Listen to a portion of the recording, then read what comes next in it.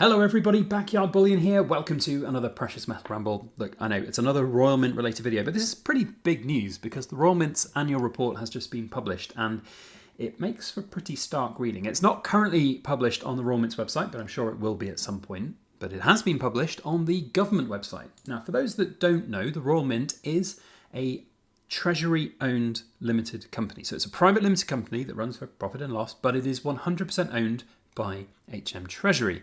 And HM Treasury, of course, is funded by the taxpayer. So in a de facto roundabout way, we, the taxpayers, are responsible for any losses or profits that the Royal Mint makes. And this year, £36.3 million in brackets are not a good thing on these financial documents, by the way, is the loss. So the Royal Mint has lost £36.3 million.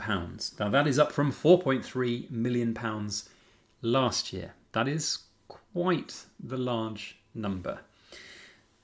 Very large number, in fact. Now, there are reasons for that, and there is an interesting little read here. And I'll put a link to this report, by the way, in the description box below to the Gov website where you can download this PDF. And if you read the forward from the CEO, Anne Jessup, you can see that there is a challenging year, and I will give the Royal Mint some credit where credit's due. I mean, it's some leniency where leniency is due. It has been a challenging year for the world of precious metals. Everyone in the precious metals industry has seen the challenging year that we have been going through. And a lot of the losses that are related to this particular report are because of overseas currency markets and the changes and the decision to exit the production of those coins. So there are a lot of depreciation costs and decommissioning costs which have gone into this report. So I get that that is a thing, and it's not necessarily £36 million losses on selling gold, bullion and silver coins and proof coins and things like that. But it does represent, in my opinion and my understanding of these situations, a pretty stark picture of where the Royal Mint is headed. And I think that it feels a little bit like rearranging deck chairs on the Titanic at the moment with a lot of what's going on. Now, of course, there is the backdrop as well of consumer spending being very hard at the moment, cost of living crisis, the cost of gold and silver going up, of course, which is having an impact on collectors and buyers of precious metals. There is no doubting that. I will give that fair credit where credit's due as well. And if you go and drill down a little bit into the finances, we can see the impact that that's having on the consumer end, which is the proof coins and historic coin side of things. Last year, £135.8 million in sales. This year, 97.5. But remember, gold prices have changed quite a lot, so they'll have sold even less than that percentage change in the monetary value. And the similar thing with the precious metals investments, which is the bullion side of the business. They have sold a little bit more in precious metals, but of course that's against the backdrop of quite significant increases in the price of gold and silver. So it says to me that not only are the Royal Mint changing a lot of directions and it's costing a lot of money in some of the operational things that they are doing, which again, in my opinion, is not a good thing to do, but also from a precious metal side of things and from a consumer side of things, things are not looking that great at the moment. Will those things change in time? I don't know. I hope so, but part of that is the direction the Royal Mint seems to be taking right now, which is a little bit questionable. And I've certainly been a harsh critic of the Royal Mint over the last couple of years about some of the directions that they've been taking as a consumer product creator and also precious metal investment creator as well. One thing that I find hilarious is that, of course, there are two other arms to the business which, they've been looking to develop: the precious metal recovery side of things, which I don't understand the full complexities of the financials of the business, but it seems to be operating quite at high losses right now. Hopefully that will go and turn around at some point in the future, but it's just a huge direction shift, which I don't really see why. It's just not particularly that beneficial. And then the lifestyle brand, the 886, the jewellery brand by the Royal Mint, which, why is the Royal Mint making jewellery? I don't really understand. I never have understood that. And the brand itself, yeah, it's got some famous names sitting behind it, but I've just never really seen the appeal to it and why is the Royal Mint making jewellery? Just remind me. And the hilariousness is that due to its infancy, the lifestyle segment has not been reported in the notes to the financial statements due to its immateriality. So I think that speaks volumes that the jewellery wing of the Royal Mint is so small and insignificant that it hasn't even been included into these figures, which I think speaks volumes. So 112-page document available on the Gov website. You can go and have a read through all of this. What I will say that I would like to highlight is that the executive team at the Royal Mint, which that they're the ones that steer the ship, and ultimately the blame has to be laid somewhere. And I think the direction that a lot of the Royal Mint is taking is from top down. and yet those people on the top are still being paid quite a lot of money. And it does not sit that well with me that we have bonuses being paid out. Granted, they are long-term incentive plans. The LTIPs are long-term investment programs.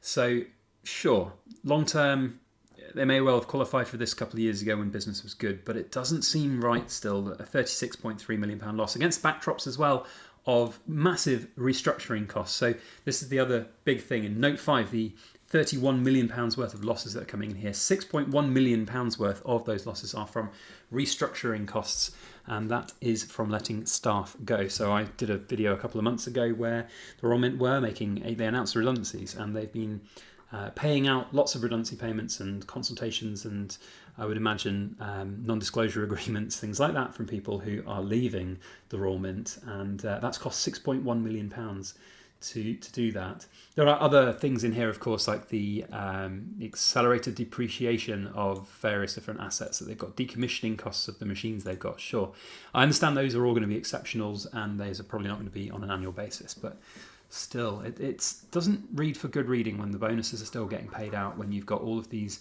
huge overheads for staff restructuring and all the other things going on.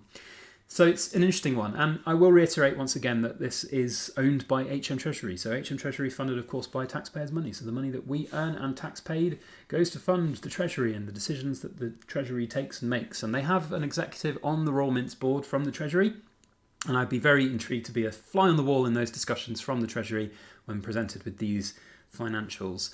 It's not looking good, is it? And there's a couple of years now in a row where it's been quite significant losses. And again, against a backdrop of increased taxation, it just doesn't feel right. Now, as I said, I would not want to run the Royal Mint, and I don't think that I'm anywhere near qualified to run the Royal Mint into a profitable organisation, but there surely has to be a better way. We have a national mint with a 1,000+ year history, 1,100 years worth of history, which has united our coin production over that time period as a nation.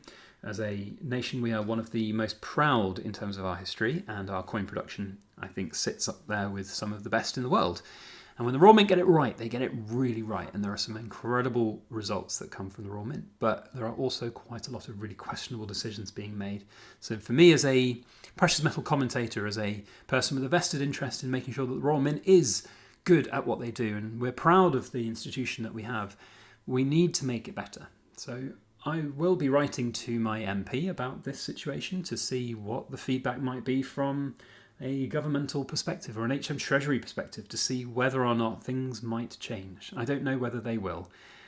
I kind of feel like there has to be something that changes because it's unsustainable, and I think we're going to see harder times ahead for the Royal Mint, and it will be interesting to see what these figures are next year, whether or not there'll still be lots of exceptional cost items, or whether those will have disappeared and we'll still have a backdrop of really quite not good financials. Anyway, I'd love to know what you guys think. That is going to be me done now from the Royal Mint's perspective. I won't be doing any more videos on them for a long while, at least until they do something that really puts their foot in their mouth again, I guess. But thank you for putting up with my Royal Mint rambles and moans this week. There's just been some really interesting things that have, I think, like really kind of got my gander up a bit, and I didn't expect this report to be published today. So of course we've done 2 videos earlier this week talking about the just sheer incompetency of the simple things of getting prices right for product releases, and yet then we get this backdrop of, you know, quite stark financials. So it is what it is. Hopefully it will get better. I don't know if it ever will, but we'll have to wait and see. So let me know your thoughts down in the comment section. Are you as outraged as me? Are you as surprised as me? I'm not surprised by this, I have to say. I am pretty outraged by it, though. I think it shouldn't be like this. But what can you do? You're just one person talking at YouTube. I guess we've got a little bit of a voice here, and maybe if somebody from the Royal Mint ends up watching this video, they can take it on board in the criticism that is meant in a constructive way. I don't agree with the directions the Royal Mints are going, but I can also understand that they do need to make some changes in the world of business. So, that is a thing to think about. But ultimately, to lose £36 million when you're the Royal Mint doesn't seem right. It doesn't seem right at all. So, yeah. Anyway, that's it from me. Thank you all for watching. We'll see you on the next video. As always, please make sure you like, share, comment, and subscribe for more.